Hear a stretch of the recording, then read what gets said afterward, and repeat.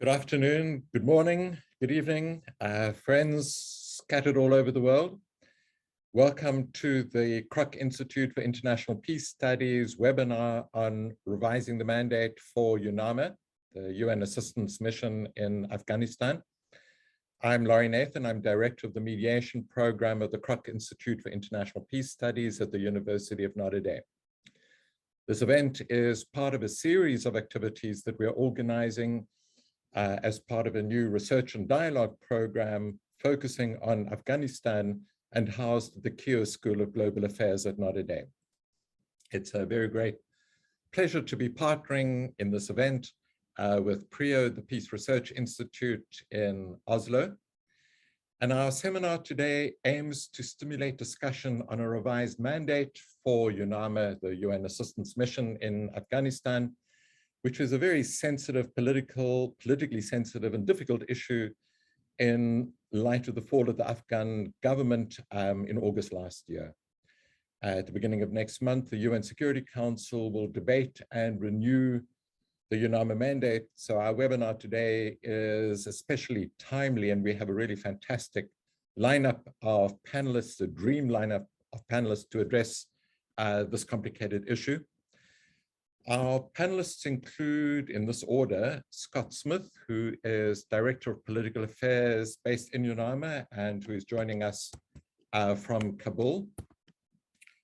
We will then have Asila Wardak, who is co-founder of the Afghan Women's Network and an elected member of the Organization of Islamic Cooperation's Independent Human Rights Commission. She's a former minister counselor at the permanent mission of Afghanistan to the UN. Next in our list will be Ibrahim Bahis, who is a consultant on Afghanistan at the International Crisis Group, which has produced some really excellent and up-to-date reports on the situation as it evolves in Afghanistan. Next, we have Munisa Wafek, president and co-founder of the Afghanistan Women Chamber of Commerce and Industry. And then rounding up the panelists, we have Andreas Lofolt, who is director of the section for coordination of UN Security Council affairs at the Norwegian Ministry of Foreign Affairs. And Andreas was previously based at the Embassy of Norway in Kabul and also with the permanent mission of Norway to the UN. And then making closing remarks when we're done and the audience has had an opportunity to put questions to our panelists.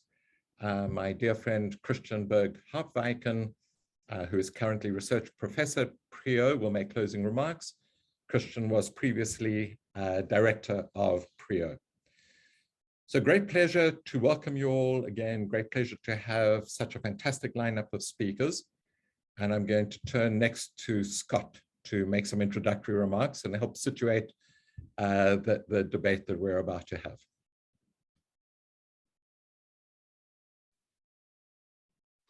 Well, thank you. Greetings, everybody. And thank you very much for organizing this panel. There's actually been perhaps a surprising amount of interest in UNAMA's mandate, in part perhaps because we really are in an unprecedented situation. And those of you who are scholars and devote yourself to this can perhaps back me up or corroborate this. But I think this is the first time that we've had a UN political mission of this sort of size being renewed in the context of a government which is not only not recognized by any member of the United Nations, but also whose key members are under United Nations and sanctions by other countries. So this is a bit unprecedented.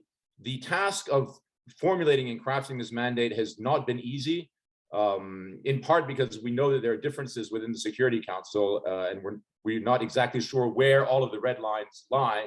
What we tried to do, therefore, in conceiving of this mandate, whose main lines are outlined, at least our recommendations are outlined in the report of the Secretary General that came out at the end of January, was basically just to try and conceive of the best possible role we as a UN mission can play in Afghanistan on behalf of the Afghan people in this very, very unprecedented situation.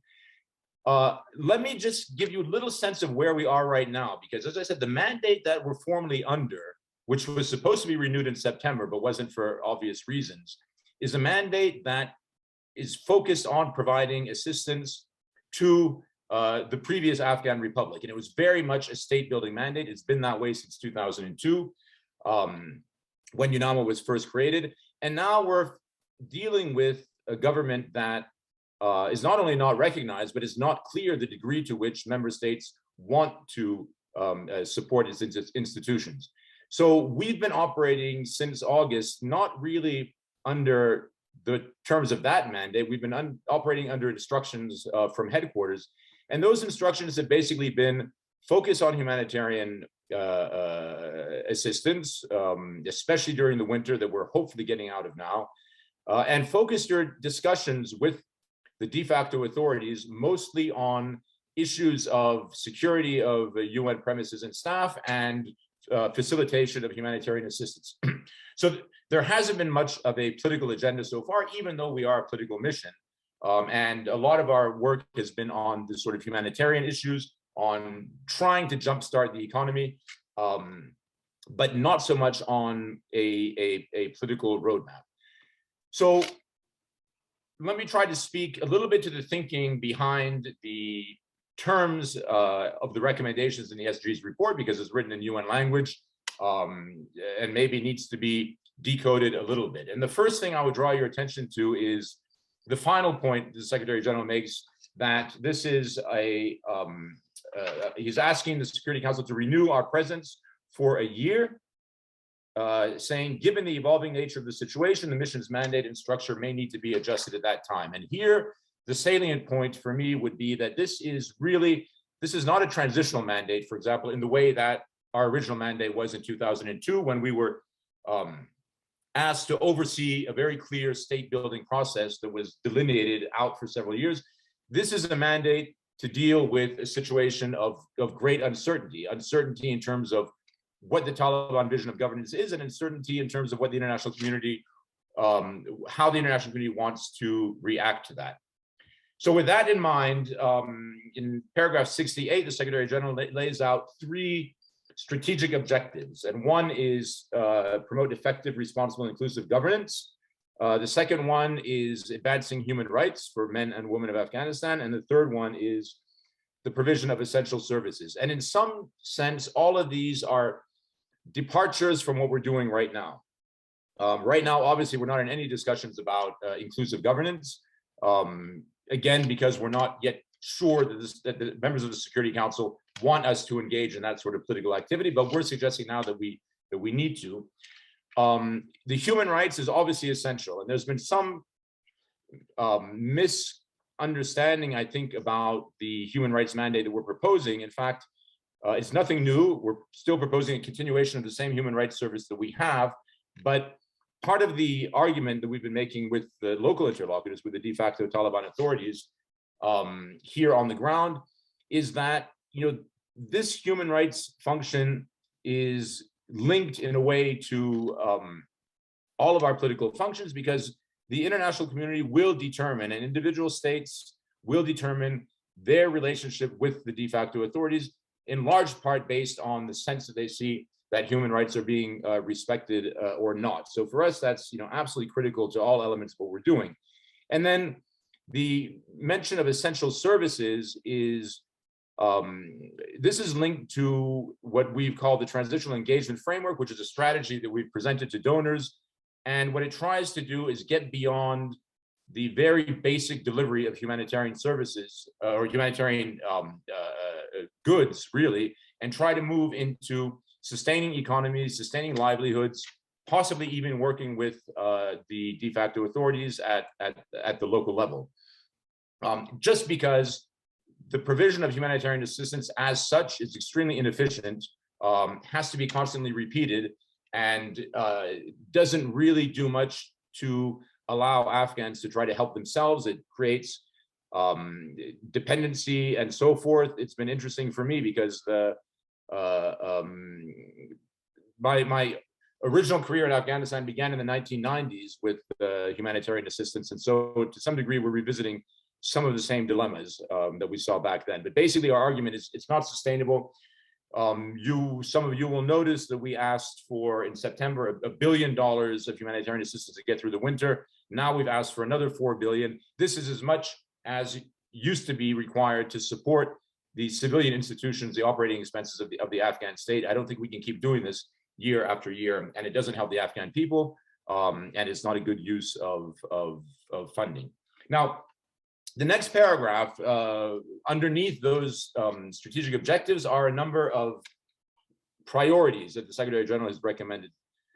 And I would just draw your attention to 3 of them, because these are the ones that really represent the new elements of the mandate. And we've had, in this recommendations, we've tried to both maintain a certain amount of continuity of what we're doing, as well as propose several new elements that can move us from where we are, hopefully into a better place.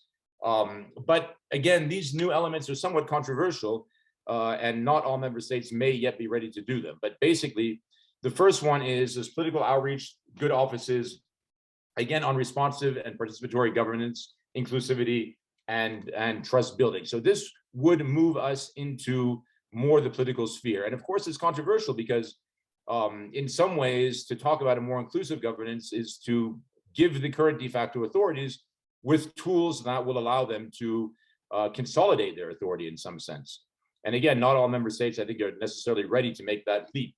The second one is coordinating international donors and organizations in relation to basic human needs. And basic human needs is what has been called humanitarian plus, or what some of us call development minus. But again, it's that conception within the transitional engagement framework of trying to deal with building capacities and building systems on the ground and working with the economy so that we're not always just donating a bag of wheat or a tarp or a tent to populations in need, and so that we prevent current tranche of the Afghan population that is not yet in humanitarian need, but might well become if the economy further deteriorates over the year.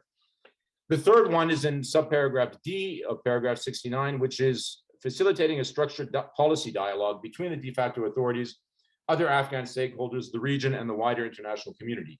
This is a concept that we've elsewhere described as a pathway.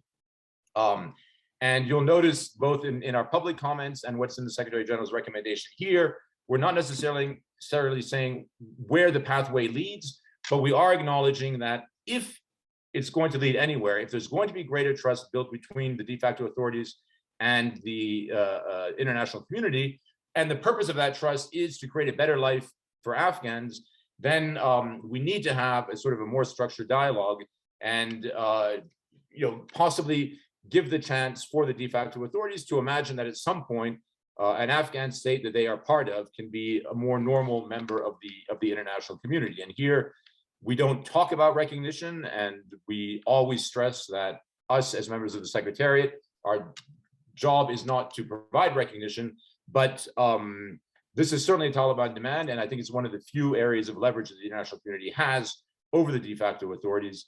And therefore, I think they need to see whether or not there is a chance that this structured dialogue can lead somewhere. And again, the recommendation is for a year. We want to test this hypothesis that this government can be changed and can be reformed. I think there are plenty of arguments and plenty of evidence on each side of those of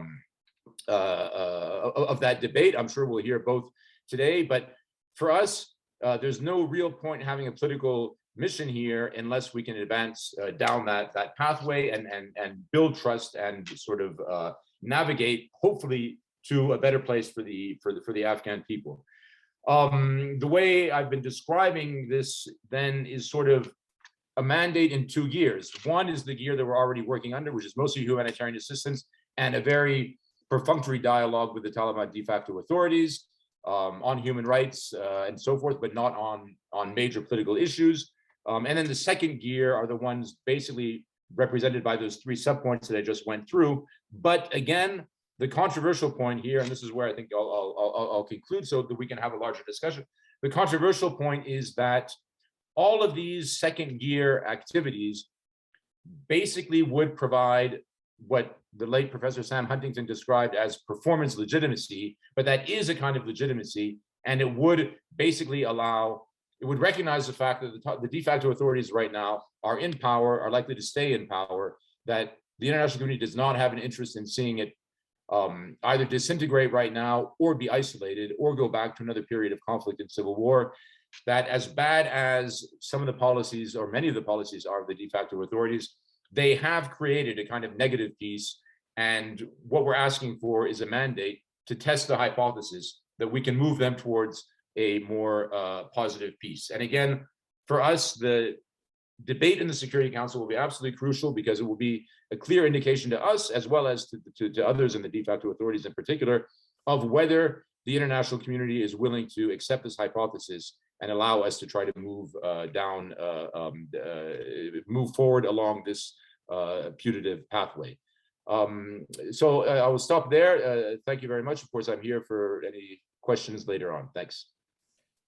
Scott, that's fantastic input. Thank you. I just want to remind members of our audience that you can use the Q&A function at the bottom of your screen if you want to send questions to our panelists. I want to reiterate a point that Scott made about how unprecedented the situation is, where we have a UN mission in the process of developing a new mandate, we hope, in a country whose government is not internationally recognized. And it's quite interesting that in the scholarly literature on mediation, there is very little attention paid to mandates, whereas in the political reality in which the UN operates, mandates are fundamentally important.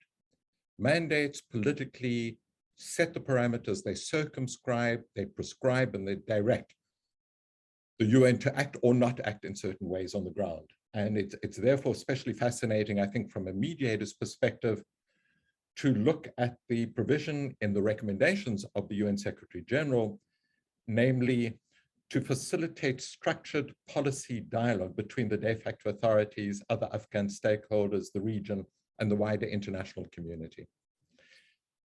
We move now to Asila Wardak, and thereafter to Ibrahim. Asila has difficult technical circumstances, so she's not going to have her camera on, but if she puts her, I think the mute is off. So Asila, you have the floor. Thank you, sir. I'm sorry, as I mentioned before, I'm with my mother in an emergency room in the hospital, so that's why I'm not able to on my camera. Good morning, everybody. Good morning, ladies and gentlemen. I would like to thank the organizer of this important and on-time meeting on the renewal on the UNAMA mandate, and thanks for this opportunity to hear Afghan women voice as well at this important meeting. It's more than 6 months since the Taliban took control of Afghanistan. Women and girls are bearing the brunt of a humanitarian and human rights crisis. In the past 6 months since the US withdrew Afghanistan, the Taliban banned girls going to schools and banned women from job. I am one of those victims that sitting at home with no job, no future, and banned going to work. It has also triggered an unprecedented humanitarian crisis, bringing millions of Afghans to the brink of starvation. Schools are closed, universities are closed, people lost their jobs, and those who are still in the payroll, they didn't receive their salaries for months. Many provinces, people in many provinces, people are selling their children in order to survive. Most of the international local NGOs are closed their offices in the country. Our banking system has collapsed. Billions of dollars in Afghanistan assets have been frozen abroad. The development assistance aid has dried. Every individual Afghan who has bank account are not allowed to withdraw more than $200 per week from their own personal accounts. The level of atrocities, kidnapping, killing, disappearing of innocent people are still going on, unfortunately, in all provinces. Media is controlled, and the only source of our daily news is only social media, Twitter and Facebooks and other sources. Having all these said, and also at the same time, unfortunately, the Ministry of Women's Affairs is closed. We don't have Human Rights Commission. So in this situation, the only entity is active and trusted by Taliban and everywhere is the UN organization, and especially UNAMA. The role of UNAMA is very much crucial at this point. They are facing, I know that they are facing, UNAMA is facing lots of pressure and responsibilities beyond their mandates. People are expecting more and more, especially women are expecting more from UNAMA. And then I'm happy that at least the SRSG is a woman that she can feel and face women's challenges and then women's problem in the country. Afghan people remember great role in for UN organization and UN during Bonn conference in the past.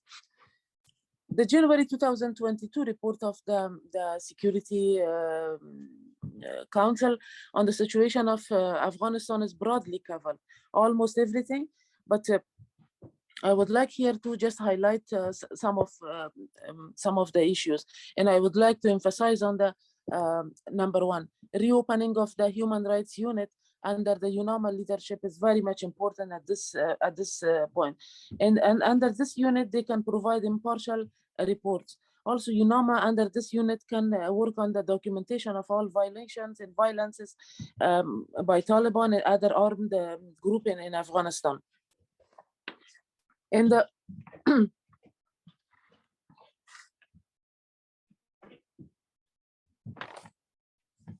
number two, international community, and particularly US giving military and humanitarian aid with one hand, while taking US away billions from Afghan people with another hand, and want to giving this money to the victims of 9/11, while everybody knows that Afghans has nothing to do with 9/11 incidents.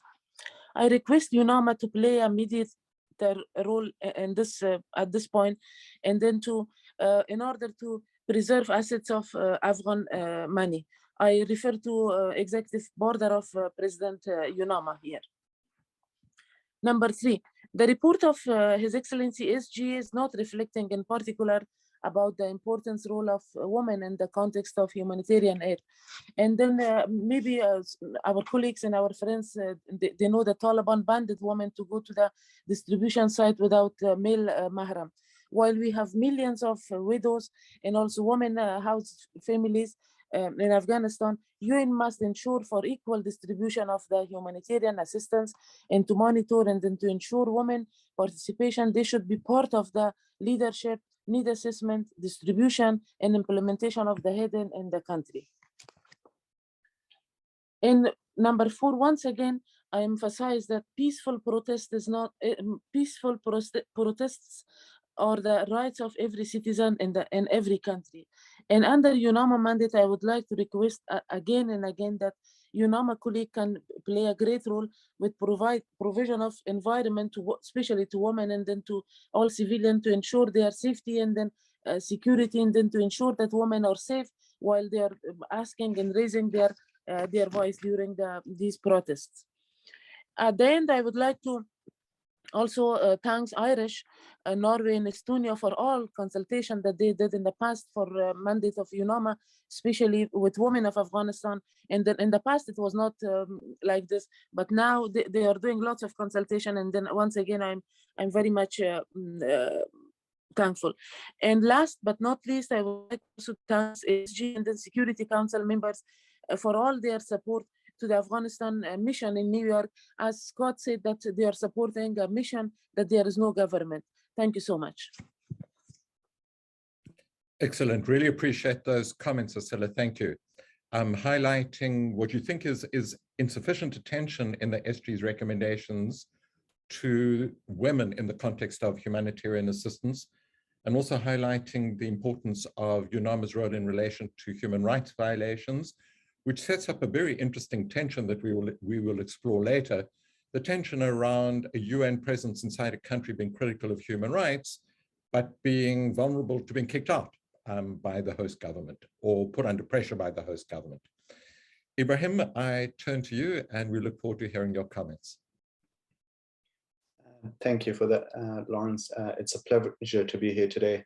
I would like to thank both Asila and Scott for their excellent summaries and insights on this important topic. I'm particularly grateful to for Asila's comments highlighting the impact of the crisis on ordinary Afghans and Afghan women, and for Scott's breakdown of the new transitional engagement framework. I'll add to those voices by talking about the importance of renewing Unempowered UN mission in Afghanistan. And if there's time, also some of the broader political issues that could impact, that Lawrence just alluded to as well, that could impact how UNAMA is able to, what it is able to achieve and how it can achieve it. To go back onto the broader issue, UNAMA has played a crucial role in Afghanistan over the past 2 decades. It has provided part of its political engagement involved providing strategic and technical support to the Afghan government. But in addition to that, it also played a key role in moderating the behavior of the armed forces and armed groups in Afghanistan, particularly insurgent groups, and seeking to minimize some of the more violent tactics that were employed by the various armed actors during that time of conflict. Since August last year and the Taliban's takeover of the country, UNAMA's role has only grown in importance. There are a number of reasons for that, but primary include one of the chief reasons includes that there's now a diminished international political presence in Afghanistan, and that reduces visibility for people outside the country. UNAMA has now become an important conduit that can continue to coordinate efforts between the new de facto authorities and the international community. In addition, it is also one of the few remaining institutions that has the capacity to continue to monitor developments on the ground, particularly this decentralized and fluid development that we're seeing that can vary quite significantly from one area to the next. Another important factor is that in a time when there's diminished visibility, UNAMA can act as the eyes and ears of the international community and provide regular updates on this fluid and uncertain, during this fluid and uncertain times. Other obvious reasons why UNAMA's role has only grown in importance is the unfolding humanitarian crisis, which is making UNAMA quite indispensable, frankly. The UN needs to take a leading role in risk management and access negotiations, and I think that's where UNAMA would be playing a crucial role during these coming months. Lastly, the fluidity on the ground necessitates the type of presence, the breadth and depth of presence that UNAMA has previously had and is continuing to, is seeking to continue during the next 12 months. So what does it all mean in terms of renewing UNAMA's mandate, given its importance? I would say UNAMA will need flexibility so that it can continue to respond to evolving challenges and emergent issues. As Scott said, it's a period of great uncertainty, and dealing with uncertainty requires flexibility. So as the situation on the ground continues to be evolved and new challenges emerge, I think UNAMA in its mandate needs a level of flexibility to be able to address these emerging challenges. I'll end my comments by talking about some of the challenges that UNAMA would be facing as it renews its mandate and seeks to continue its operations in country.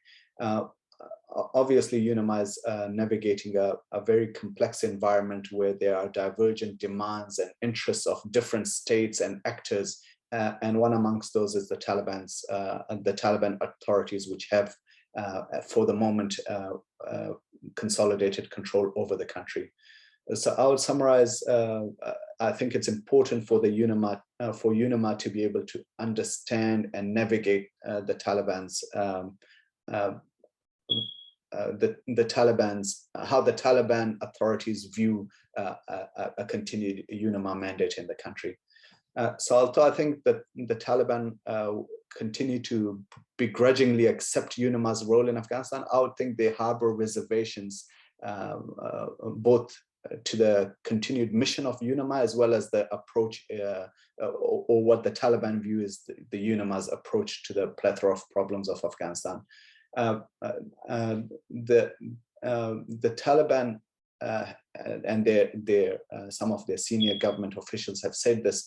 They are opposed to the humanitarian approach to Afghanistan right now. They are advocating for a sustainable approach that builds capacity of both the private sector and the public sector, so that Afghanistan is able to develop and not be so aid dependent as it has been in the past. But more importantly, the Taliban are also keen to portray a picture of normalization as it seeks to build its image internationally. And I think the presence of a UN mission is an inconvenience in the face of the Taliban's efforts to portray Afghanistan as a country that is peaceful, secure, and normal, and where the Taliban can then seek to establish relations with international powers based on being by claiming to be the legitimate government of the country that's brought a level of control over the country. So how UNAMA can continue its mission given some of these political efforts? I think there might be time to go into some of that during the Q&A. So I'll now hand back over to Lawrence. Great, thank you, Ibrahim. You know, listening to you and the other panelists so far, I'm struck by how different the different arenas of negotiation and dialogue are for UNAMA and the mandate. So you have the arena of dialogue and negotiation with the Taliban regime, and then also with a whole host of Afghan stakeholders inside and outside the country. And then, of course, last but not least, politically, the UN Security Council. And there is a negotiation that will happen within the council with respect to a new mandate. And it remains to be seen whether the necessity or imperative of flexibility that Ibrahim stressed correctly, whether the council is willing to give UNAMA that flexibility. So thank you for those remarks. I turn now to Maniza.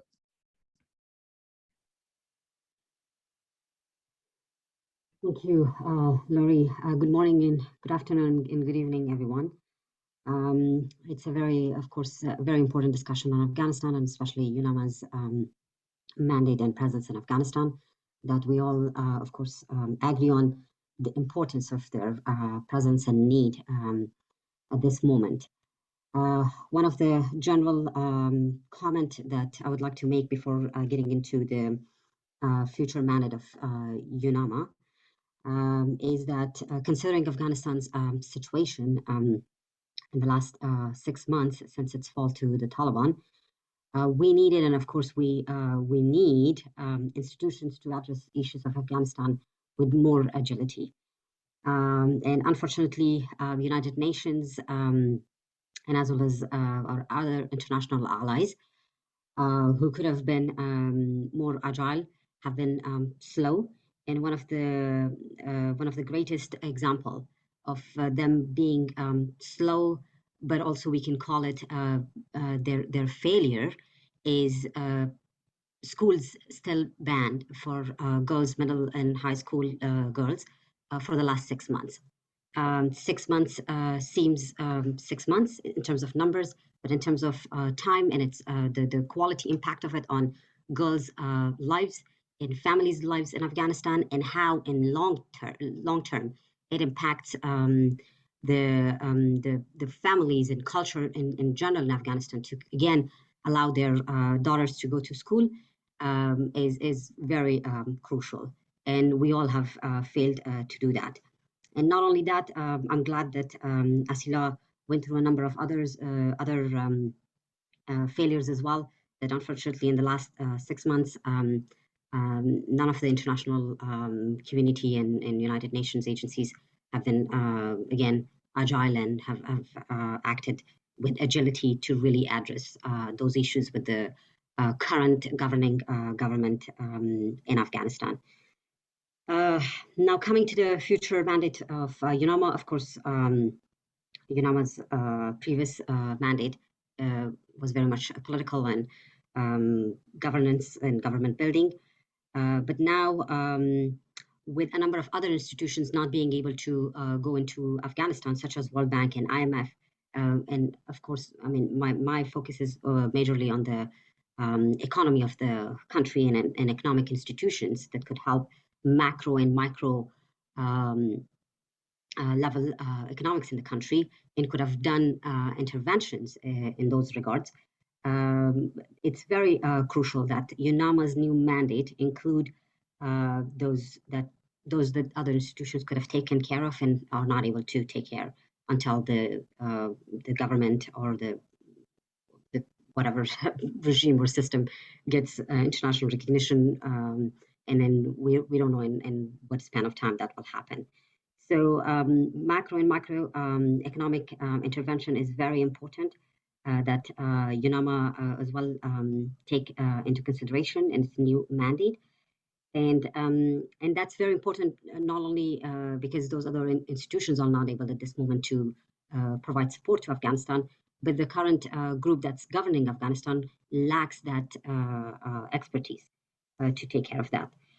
And taking care of the macro and microeconomic level issues and addressing those can be done by involving the private sector.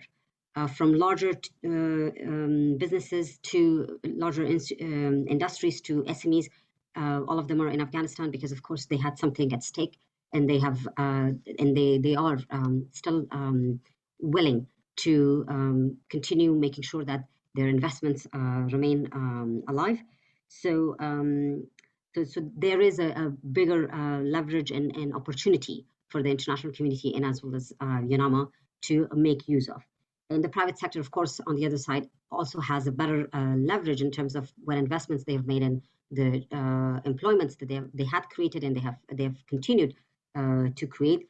So that means that leverage can be also used in terms of in terms of negotiating other terms with this current group, such as inclusive governance, an inclusive government, and human rights, women's rights, freedom of the media, and all these other issues. So, so United Nations, they need to invest on that leverage further and work with the private sector in Afghanistan. Now, using the term working with, so there's a difference between working with and for.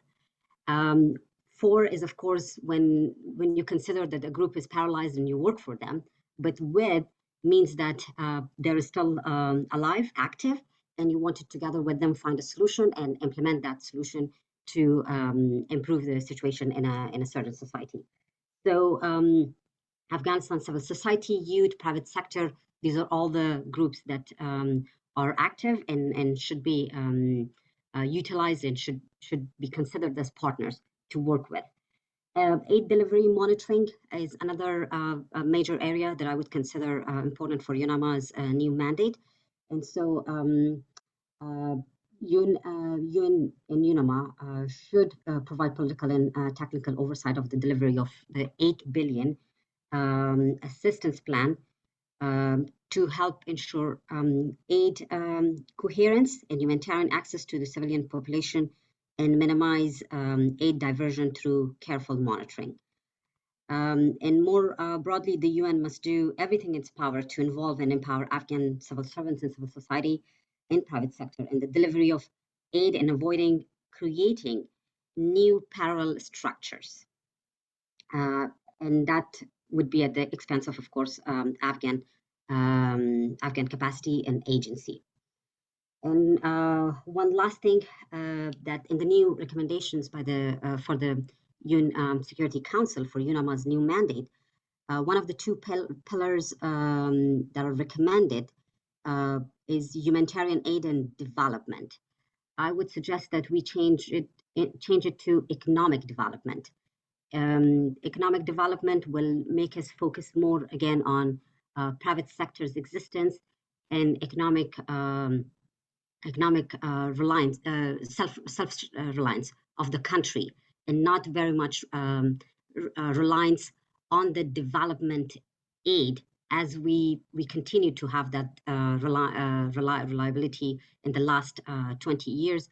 And we didn't think that from day one. But this time we need to think about economic development from day one, so we do not continue remaining dependent on the development aid in the long run. So, yep, I would consider again private sector's role very important. So UNAMA needs to consider that in its verbiage, so private sector remain involved. Thank you. Maniza, thank you. Thank you very much for that emphasis. There's been a great deal of public debate about the humanitarian crisis in Afghanistan and all the dilemmas, strategic, ethical, political, with respect to delivery of humanitarian assistance. You're highlighting the equally, if not more important question in the long run of economic development. And it's quite interesting reading the SG's report that there is no substantive provision, as far as I can see, with respect to the micro and macroeconomic issues that you're raising in the role of the private sector. So thank you for adding that important issue to our discussion. I'm going to turn to Andreas, and just by way of brief introductory remark for members of our audience that are not really familiar with how UN Security Council mandates are developed, for every mandate for a mission, a UN mission, there is what we refer to as a penholder country or countries. These are the countries that are responsible for drafting and revising mandates, which are then presented to the rest of the council for discussion and negotiation. So it's really important for our discussion that we have a senior representative from the Norwegian Ministry of Foreign Affairs, Andreas, since Norway is one of the two pen holders for the UNAMA mandate. A great pleasure to have you, Andreas. Thank you so much, Laurie, and good morning, good afternoon, and good evening from Oslo. And thanks for being invited, and also thanks to every panelist here with all their very interesting perspectives and interventions. Very enlightening, I must say. I would just start by indicating a little bit as a pen holder, like Laurie was referring to, and then I go into some of the more substantive questions we have to resolve in the council based on Scott's comments or brief based on the SG report, and then finally on some of the expected council dynamics. Norway, last year, Norway, together with Estonia, we were pen holders together. And when Estonia left the council by the end of last year, we are now standing alone as the pen holder for the Afghanistan file in the council. And we will remain so in course of this year. So it's a in a way, very exciting moment, but also extremely uncertain and challenging, I would say. The timeline we have for negotiating this text will pretty much kick off. I mean, we already started informally with some very informal consultations with all kind of, we received inputs from NGOs. We're of course in close contact with the Secretariat. But the formal phase of the negotiation amongst council members is expected to start next week. And then we will have, I mean, based on the views and opinions and comments by the council members, how many rounds we need before we finally and hopefully will achieve a result which is based on a formal adoption. And that adoption has to take place prior to or by 17th of March. The challenge is, of course, that this is not technically about a renewal of a mandate. It's actually to start not from scratch, but to adjust and to fine-tune a mandate that UNAMA is not only satisfied with, but it's also doable and workable and sufficiently flexible for them to operate on the ground, but meanwhile also delivering on what will be the majority view in the council on the most vital core priorities of the mandate. And that answer, of course, we as penholder do not know, or we are not certain at the moment, because it's too early to say. But as Norway and as penholder, we obviously have certain priorities that are pretty much in sync with some of the core priorities defined in the SG report.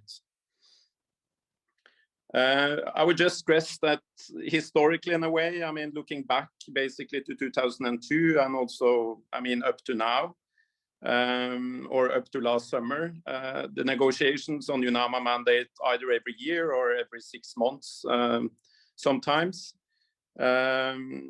It's pretty much based on consensus. There are always kind of different views amongst council members, but the council as a collective body historically managed always to come to kind of compromises. And if I remember correctly, I think most of the UNAMA mandates have actually been based on consensus, so 15 yes votes. Situation now so dramatically changed, like what the other speakers have elaborated on. I'm not repeating that, but just stressing that in this very uncertain territory and also quite a unique situation to draft a mandate for a special political mission is in a way challenging. I would just stress a few of the elements of the core elements of the mandate, because I think what is in a way on a very positive note for UNAMA is that compared to the period between 2002 and last year, in that 2 decades period, UNAMA always had to compete with a lot of other international institutions, not the least NATO and the international military troops. And the mandate of UNAMA historically to coordinate was actually never possible. So now it's totally opposite, because the question is more about what to coordinate when the donors are still in a way waiting. I'm then thinking about long-term aid and not humanitarian assistance. And the good thing for UNAMA is that you actually pretty much, you're not competing with too many other international institutions on the ground. So in a way, it should be more easy to really have the prerogative and the mandate, speaking, talking, and coordinating on behalf of the international community on the ground, especially until many of the different member states may consider to return back to Kabul. So what I'm saying is that the role of UNAMA has always been important, but I think at this stage, not only due to uncertainty, but also due to the situation that the international community is not fully represented in Afghanistan at the moment, it gives UNAMA a lot of leverage. There's obviously a few factors that UNAMA can't resolve. One is, of course, in which direction will de facto authorities go? And we hope that UNAMA will be able to influence the direction or that pathway like Scott was referring to. And also in terms of conditions, international conditions by some of the international financially institutions like the World Bank, etc. It's very difficult to demand or expect UNAMA to resolve some of these kind of issues that have to be resolved by the other institutions. And I'm thinking then about long-term development aid, which has a more structural connotation.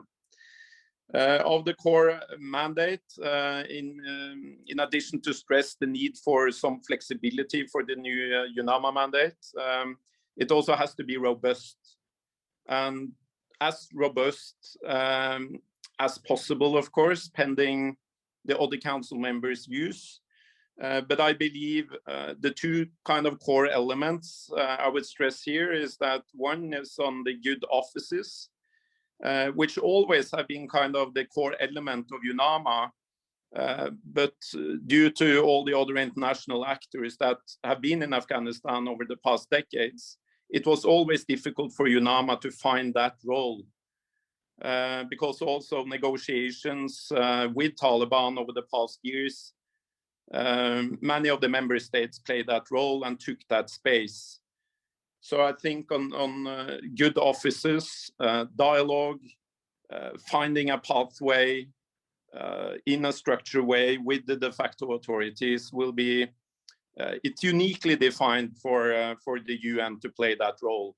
So I think that it's definitely important, but we will see whether it's possible to achieve sufficiently support by the council members to allow UNAMA to play that role, because it goes into the core or a sensitive issue about finding the balance between respecting sovereignty of a state, but also protecting rights and defending rights and protection on the other hand. The other core element is obviously promotion and protection of human rights. I would also stress including women's participation and protection, and also children. That all of them have been kind of core elements of previous or past UNAMA mandates.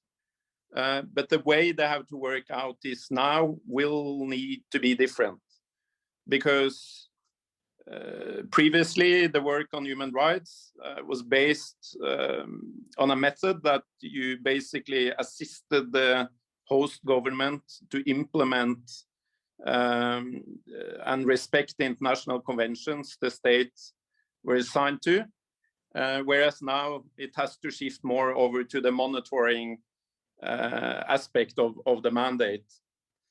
Obviously, some of the past core activities are not relevant in the near future, and that's electoral support, which always have been kind of a core mandate for UNAMA. And the other is coordinating long-term international aid. So I think definitely something are not that relevant in the near future, but good offices / political dialogue and the whole human rights angle, including women's rights and children's rights, I believe are extremely important to preserve. On the dynamics in the council, as I stressed, it's too early to indicate, which sort of or what of the mandate that will be difficult to reach. But clearly, we expect difficult negotiations ahead. There may also be some kind of tasks that have not been reflected in the S3 report, that some of the member states may wish to have a more focus on. That has also been the case in past negotiations. I'm thinking about counter-narcotics, counter-terrorism efforts. Regional cooperation is also an important aspect, of course, which is not that much reflected in the suggested or the proposed mandate by the Secretariat. And also the sensitivity about referring to the host government, because the new UNAMA will need consent, but the reference to these de facto authorities may also be a sensitive issue in the negotiations. On the humanitarian side, I don't expect that to be that sensitive, but it's pending a little bit on the perspective and the way you frame it. And then finally, the title UNAMA, it's based on assistance, the A in UNAMA, UN Assistance Mission to Afghanistan. Whether it's support to continuing using that label or whether there will be a political interest in renaming the mission also to stress the new political environment may also be an issue. assistance is not only assistance to the de facto authorities, of course, but to the Afghan people. So it's not yet been the issue, but it may come up in the negotiations. So I end there, and happy to take part in the Q&A session. Excellent, Andreas, much appreciated. I invite all the panelists, including Christian, to switch on your cameras now, if you will. And to start with a question that came from the audience, I think probably directed at either Andreas or Scott, in the light of the pending Security Council debate on the renewal of the mandate. One of the questions from our audience is, what happens if the Council can't reach consensus? So it's partly a technical and partly a political question, and there must be some kind of precedence for this. If the Council can't reach consensus or can't reach consensus in time, does the current mandate simply get extended? Does the Council have to agree on an extension of the mandate? Or is your response simply, there's no alternative but to forge a consensus? So let me invite Andreas and then Scott to respond to that. Yeah, thank you for that relevant question. Technically or formally, you don't need consensus. You need 9 yes votes and no veto. So that's the condition. Of course, we will aim for a 15 yes votes because we believe it's important with this uncertainty and also this new environment. The symbolism of having a consensus is great politically. And it's the best support we can provide to UNAMA in this very uncertain situation. It's not unique that mandated missions are coming up in kind of challenging negotiations at the end. So one way to not resolve it, but just technically, you could always ask for or request, or basically then you need a separate decision by the council, but to just prolong it technically by a few weeks or a month. We already done it basically for half a year. And that was based on understanding with the Secretariat as well because of the uncertainty. It doesn't resolve anything. So if you're really into difficult negotiations, there's no guarantee that it will be more easy within 3 weeks or 2 months. Or on Libya, for instance, we had 3 months extensions technically based on difficulty to achieve agreement to make an adoption because a veto was threatened. Haiti, we done the same. So it's not really very unique, but it's not something we really hope will happen. Good, that's clear. Thank you. Scott, do you want to add anything to that? No, not much. I think Andreas is entirely correct. Just to reinforce Andreas's point in his initial presentation, if I recall correctly, between 2002 and I believe 2021, there had only ever been one abstention on the UN mandate. And afterwards, it began to get a bit more complicated, which is actually quite extraordinary when you think about the fact that the mandate was reauthorizing in some ways NATO forces in the backyard of some important P5 countries. But as both Andreas and I have said, we're facing a very different council right now, facing a much more controversial issue in terms of how far do you go in providing this de facto recognition. And we struggled a lot with this when we were framing the recommendations. I don't envy Andreas's job right now as we pass the baton over to him. But I do think that the opportunity we have here is if we can get at least that sort of consensus on how to move forward, then I think there's a lot of opportunities to do things. And I appreciate Manisa's points on the private sector and the Taliban desire for self-sufficiency and so forth. So the best case scenario is we get clarity from the council on what we are able to do, and then we can begin doing it. Right now, I think, as I mentioned in my presentation, we feel that our hands are a little bit tied by unstated but sensed and probably real divisions in the council. Great, thank you. So I'm going to raise another question from our audience, and I invite the panelists to, I'm not going to direct this question at anyone, so I invite you either to just raise your hand to indicate you want to respond, or use the raise hand function.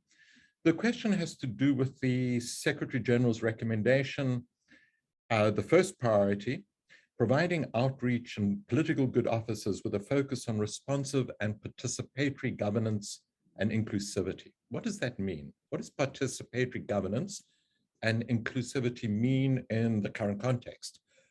Are we looking at some kind of power sharing? Are we looking at constitutional reform?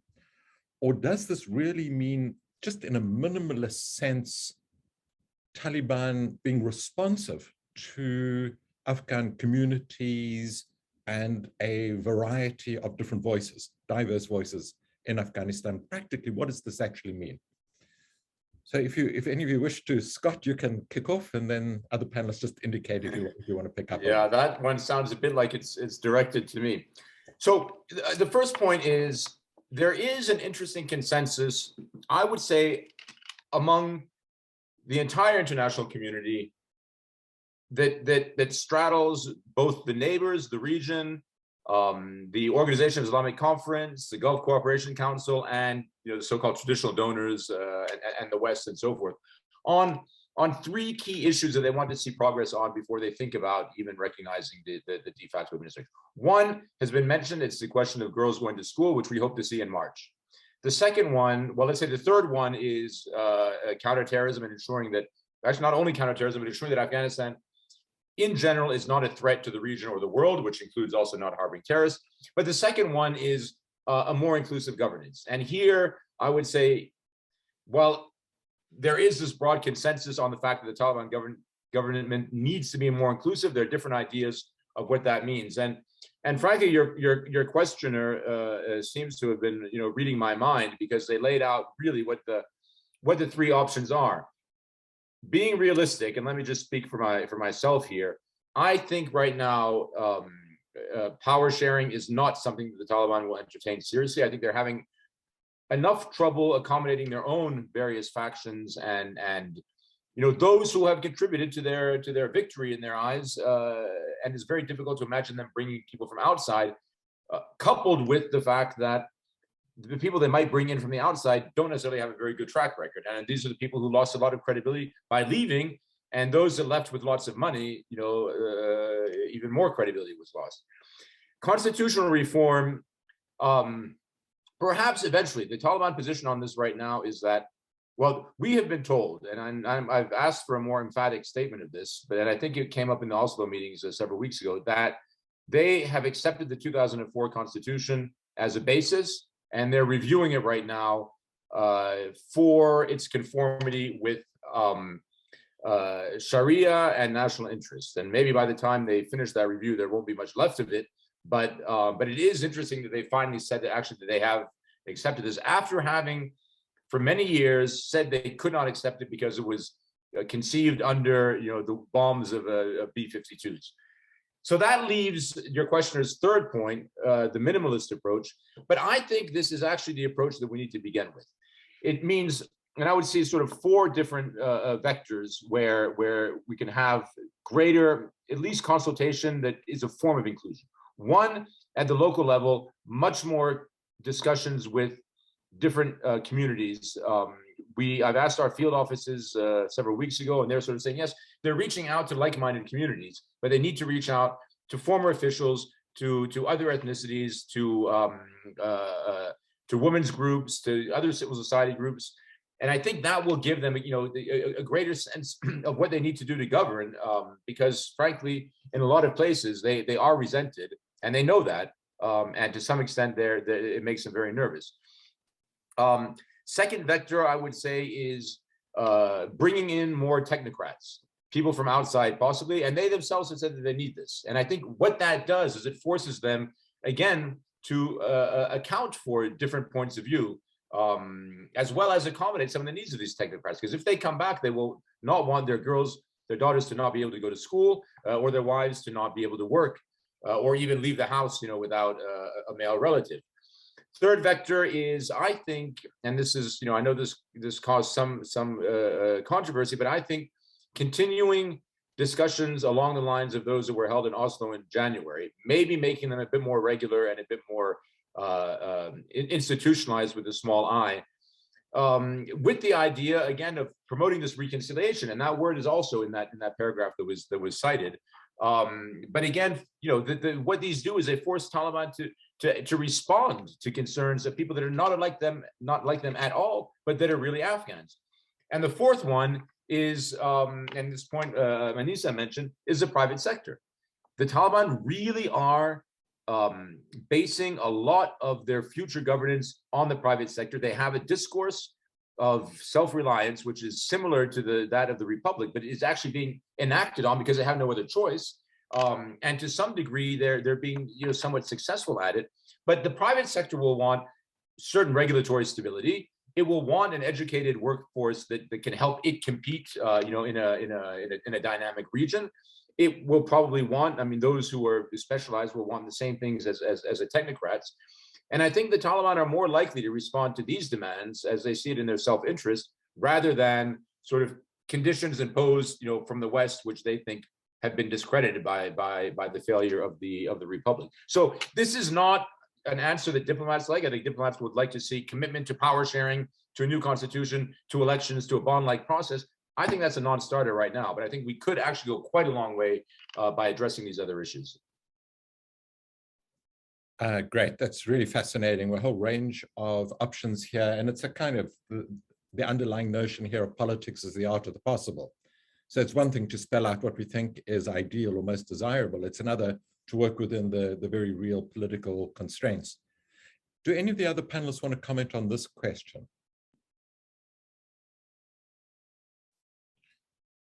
Ibrahim. Just to second what Scott mentioned, I think it's the Taliban have made it very, very clear that that they are not willing to bring former officials of the government, even those that were not particularly in senior positions in their government. And I think under that rhetoric, you can feel that the Taliban feels quite confident that they have won the war and that they are in a position that is unchallenged and they can do what they like in terms of, they have made attempts at making their government more inclusive in the sense they're bringing in some people from ethnic minorities and trying to integrate those. But even there, it's always either someone that's sympathetic to the Taliban or someone that at least was apolitical during the past 2 decades. That doesn't mean, I think, that we should completely abandon the quest for an inclusive government, because situations change. Afghanistan's security is quite fluid, and right now the Taliban might feel quite secure in their victory, but 2 years down the track, that might not be the case, and that could open opportunities. But where there is room right now, I think, is in those technical assistance that UNAMA used to provide to the previous government, whether it's in the drafting the constitution, where UNAMA can play a role in terms of guaranteeing that the rule of law, respect for the rule of law and human rights are integrated in any political constitution, whether it's in the technical support, the type of technical support that good governance principles are integrated, whether it's in assisting the Taliban, building capacity in terms of understanding and adhering to their international obligations, which play a big role in terms of Afghanistan's government's obligations in these sectors. So I think, yes, these are not popular moves, but there's room within these mandates where UNAMA is able to influence and nudge the Taliban for now, until there's an opening in the future where we can have more foundational discussions around inclusivity. Can I pick up on this? Because you're talking about nudging and pushing the Taliban.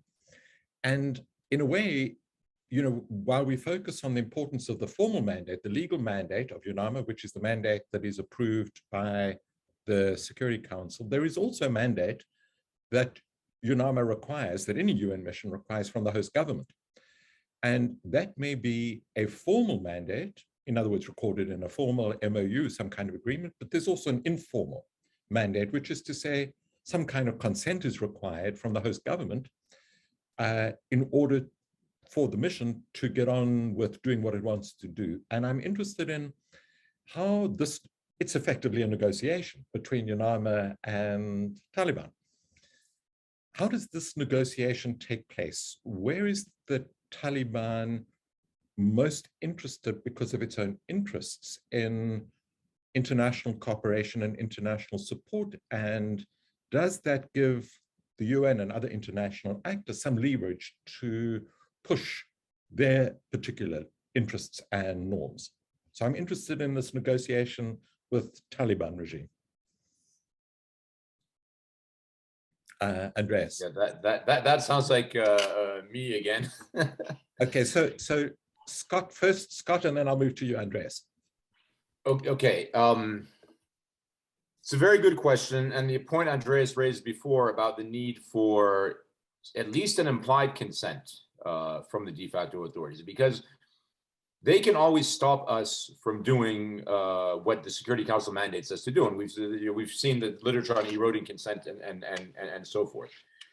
So we tried to have a sort of indirect negotiation, both in terms of consulting people who are close to the Taliban, and as well as listening very carefully to in our many discussions on a number of issues over the past several months, and now that the SG's report is out, we have begun also speaking more and more about the mandate with the de facto authorities, and the response so far has been that they value the work of UNAMA so far. They're unhappy with some of our reporting and the way we portray things, and I think not without some reason they give us they don't think that we give them sufficient credit for some of the things that they have accomplished, which given the constraints that they're under in terms of the economy, in terms of stability, are worthy of some note at least. But by nature we're critical, and we were critical under the Republic as well, and we have to find a balance. So I think that overall, if my sense from these discussions, and we'll have more of them tomorrow with the de facto foreign minister and so forth, but my sense is, as I mentioned before, they do want international recognition. I think they recognize that the path to recognition is in the engagements they've been having on their own with different member states and different groups of member states, but also through us, because as I think it was Ibrahim said earlier, we are the eyes and ears on the ground of the international community. And I think they find, as long as they think that A, they want to pursue that path, and B, there's a chance of getting it, then I think they will find our role useful. And even on things like human rights, they haven't, they've expressed to us that they find it useful. And in some ways, it goes to the inclusivity question, and Ibrahim's points just mentioned right now, which is, I don't think anybody's talking right now about recognizing the Taliban government as it is right now. But I think we can talk about recognizing a version of this government that is both more inclusive and that has demonstrated, a certain amount of respect for human rights, for minority communities, for listening to those communities, and has continued to maintain stability. And I think that's where the pathway begins to lead, if we have the mandate to sort of begin to shape it. Thank you. There's an undeniable turn of optimism, or at least hope, in that response. Thank you.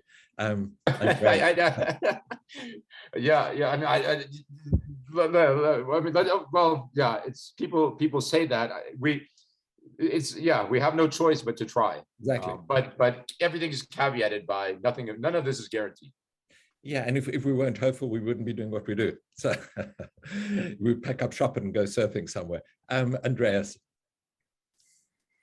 Yeah, thank you. And just continuing along the lines of Scott, because he said some of the things I wanted to say. But I mean, in brief, it's clearly the three kind of leverage tools or factors I would stress. One is, of course, international aid, not humanitarian assistance, but aid. Sanctions still applied by the Council. With humanitarian carve-out or exemptions, as you know, from the end of last year. But again, that goes to individual listed Taliban members on the Taliban list or the sanction list. So that's also clearly, I mean, it still applies travel bans and asset freeze for each individual or each person and some entities as well. And the third one is recognition, like Scott was referring to. Recognition is purely political. It's not formal or legal in any way. I mean, Norway has recognized Afghanistan, but we're not recognizing regimes, but states. So, of course, it's a political issue to which extent, then I'm talking as Norwegian diplomat, when Norway will, in a broad sense, return to Afghanistan, reopening an embassy, normalize relations, meaning dialogue at highest political level. So clearly that's also one leverage, and the majority of member states are still there that are not ready to pass that kind of line. And you have this kind of mixed category where like some of the permanent members of the council have remained embassies open in Kabul, but have not politically recognized the new de facto authorities. When it comes to UNAMA, I think it's more, my point on consent is that, of course, UN special political mission needs operational, not just space, but also protection, including security. So, of course, you need consent by the host authorities to operate and to be safe. So I'm not into the, I mean, even though I worked in UNAMA, I'm not familiar with the kind of the legal code or the demands in terms of what kind of MOU you need, but clearly that doesn't imply a recognition of the de facto authorities to normalize, because the UN needs normalized working relation with the authorities. So I think, yeah, that's. Okay, thank you. Asila is indicating that she wants to come in here. Asila, please come in. Thank you, Lauren. I have a question from Scott. I think it's not a culture to ask panelists from panelists, but it's okay. Oh. Yeah. Scott, what do you see, and then how is your assessment in terms of role of China and Russia in the renewal mandate of UNAMA? How do you assess their role? Thank you. Yeah, maybe that's a better question for Andreas. What I would say, without presuming to speak for any of these countries, and again, we've had very little indications, from them on their position on this question, but I think that there's probably a greater disposition on the part of the countries of the region to have a more pragmatic approach to the de facto authorities, as compared to a more normative approach that those countries who left may have. How that will play out in the mandate, I think it will depend very much on the work of Andreas and his colleagues and what comes out of the zero draft. One thing that I would hope is that we can still maintain enough of a consensus at a general level among these countries, because again, that is a kind of leverage. I'm afraid that too much if there's too much of a divergence between pragmatism and the normative framework, we may end up seeing the international community react in different ways or begin having a two-speed approach to the question of political recognition, or just much greater engagement. And to echo Andreas's point, what we're also seeing is that there, between the political question of formal recognition and engagement, there's a wide space. As Andreas pointed out, you have some countries that have embassies in Kabul that don't have, but haven't recognized, but they're also allowing the Taliban to appoint certain diplomats in the embassies in their own country. You have the question of what countries recognize passports that have been issued by the Taliban regime. I mean, there are all kinds of gray areas between that, formal question of recognition that gives the Afghan state a seat at the General Assembly versus economic, political, people-to-people, and other kinds of engagements. And I think we're going to begin seeing a divergence of approaches within that gray area. So I think it highlights, you may not have seen, there's a question that went out, what did Scott mean by saying international community recognition of some version of the Taliban? And in a way, you're answering that question now, which is to say that there are different kinds of recognition, some of which are more de facto and practical, and others more formal and legal. And there are different kinds of engagement as the international community responds, hopefully unified, but not necessarily a unified way, to developments on the ground. Yeah, but Laura, just to I hope I didn't say necessarily recognition of the Taliban. What I tried to say is recognition of a state in which, or a government in which the Taliban may have a part, but it looks different from this current one. Okay. That is more inclusive, et cetera, et cetera. Thank you for that clarification. I'm going to hand over to Christian for closing remarks in about 3 or 4 minutes. So if any of the panelists want to make comments, raise issues, just briefly emphasize some closing points, you're welcome to do that now. Maniza, anything from your side? I think for the time, all what we need to do, as Scott and everybody else talked about, is to make sure that that the constitutional reform happens. I mean, not in a way that it's fully reformed, but it happens as a base for a government in governing Afghanistan, because everything else, every other law, depends very much on the constitution. And then, of course, we need the inclusivity of the government as soon as possible to happen, because in terms of inclusivity, again, the question earlier was whether it's about power sharing or so on. I would emphasize on, of course, experts to come and become ministers and technocrats was mentioned, but that's a vital for Afghanistan's institution not to fully collapse. I mean, they have collapsed, but not to fully collapse.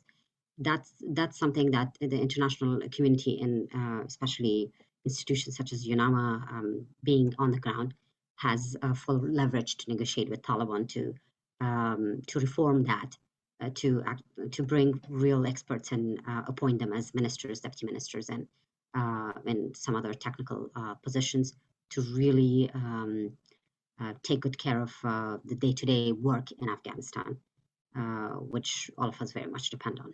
Thank you. Thank you. Asila, do you want to make any closing remarks? I don't have anything. All right. Ibrahim? Happy to yield to Christian. Thanks. All right. Andreas? I could just say that if there is a time for a UN special political mission, it's now regarding the very uncertain situation in Afghanistan. And I want to remind everyone and stress what Scott also laid out. It's such a unique situation because the normal conditions you need to lay out and implement a UN mission on the ground, those conditions are not there. So this is extremely uncertain territory, but it's definitely, it just stressed the importance of having a representative on behalf of the international community to develop and to work out that pathway in dialogue, informally, in the beginning with the host authorities, de facto authorities. It's so vital. So I really hope that we will succeed in fulfilling our mandate to achieve not necessarily consensus, but a UNAMA mandate being adopted with a substantive new mandate by 17th of March. Thank you. Thank you, Andreas. we wish you strength and much support, solidarity in that critical endeavor. Christian, I give you the floor. Thank you very much, Laurie, and thank you to all for this amazing discussion. I'm not sure there's any way in which I can really sum it up and pay justice to everything that the contributors said. I think, first of all, to me, not being somebody who is an expert on the workings of the Security Council, this was such an informative discussion on how it is that the process of formulating, reformulating, negotiating a mandate takes place. What are the elements? What are the actors? What are the stages in that process? And from that debate alone, I readily admit that I learned a lot. But now this was about the UNAMA mandate and Afghanistan in particular. And I did also learn a lot about that, even though I had read the Secretary General's recommendations rather carefully, and as well as quite a bit of the commentary on those recommendations. I think this debate really added further depth and breadth to the discussions that I have followed in official channels.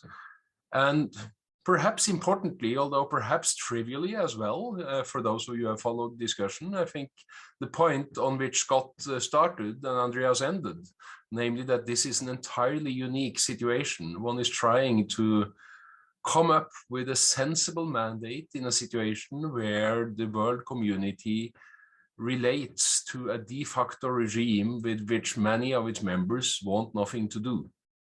A mandate for that matter, a movement that is in power in a country where many of its citizens would wish to have nothing to do with it. And that is, of course, that is a very, very uncomfortable situation to be in for everybody. But the way in which that uniqueness was described here, and I heard Scott say at the outset that this was perhaps entirely unique in the history of the Security Council, and I heard nobody protest. So until further notice, I will take that claim as to the uniqueness for granted. But then, of course, that also brings us to another point that Scott made and many others echoed, which is how deeply uncomfortable this is to a number of other states and to most of the member states in the UN Security Council as well, because the Taliban's authority in Afghanistan now is a fact. It is something that one has to relate to. But several of the key discussions that comes up in the context of the mandate do raise the dilemma of what it is or how it is that the things that UNAMA does may contribute to actually further consolidate a regime. Of course, there is another side to that coin, and that is, in the absence of a Taliban consolidation, what future is it then that we envisage for Afghanistan? I certainly don't see any credible alternatives at the moment. I don't see any likelihood that the outgoing government from the 15th of August last year can be reinstated in any shape or form, and I don't see any credible armed opposition for that matter in the foreseeable future. But I certainly see a lot of variation between the most consolidated and the least consolidated versions of the Taliban, and I think there are goods and bads with each of these different versions. Then we had very good discussions on the various elements of the mandate on the human rights part, and I think there it's particularly interesting to hear that there is, amongst many observers, considerable optimism as to the acceptability within the Taliban too, that UNAMA actually may here have a rather useful role to play. There was a lot of debate on the inclusivity and good governance part of the mandate. And of course, that is the most problematic part of all, as I have already alluded to. There was a lot of debate as to the aid coordination part, which may at the outset seem as the least controversial, but where I found this discussion extremely interesting because as I believe it was you, Manisha, threw in, there is really a very strong need to look at not something that only goes beyond the ordinary humanitarian domain, not even only something that goes beyond humanitarian plus, as everybody now is discussing, but something that goes well beyond conventional thinking about aid to start addressing Afghanistan's economic collapse. And that's a very different role. And I do think that I can safely say that that is not a function that is much discussed in the current recommendations of the Secretary General. Then Ibrahim also brought up the key issue, and this is a sticking point, which was again echoed in the contribution of many of the others, namely what kind of flexibility is it that is needed in a mandate being formulated in a situation which is not only, as I said at the outset, unique, but in fact also very, very uncertain. Nobody can say where this is going, and nobody certainly can say where the international community's dialogue with the Taliban is going, not only because where the Taliban goes is uncertain, but also because the ability to form a consensus and to stand in a consistent dialogue from the international community side is highly uncertain. And that, of course, is going to be the key challenge. As Andreas told us, the negotiations take off for full in New York and in various capitals of the world as of next week. I don't think we got into the nitty-gritty of who thinks what, simply because nobody knows yet, and we didn't expect to get there.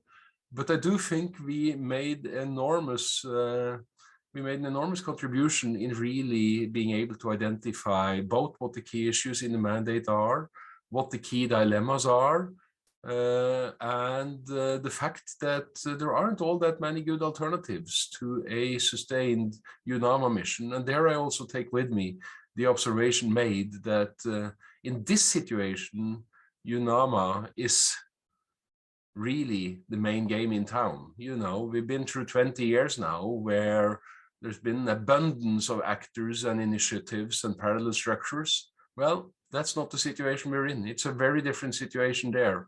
So that brings us back to the uniqueness. So with those unfair, given the richness of discussion, comments, I want to conclude today's seminar.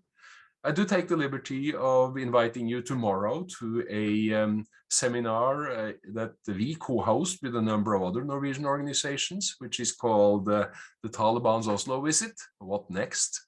So there will obviously be some overlaps with the current discussion, but only some. And I think many of us have hopes that Oslo may have been the start of something that can be sustained and that may be important for the well-being and everything else of ordinary Afghans. So that is the discussion that we host tomorrow. More info is on the PRIO website, prio.org.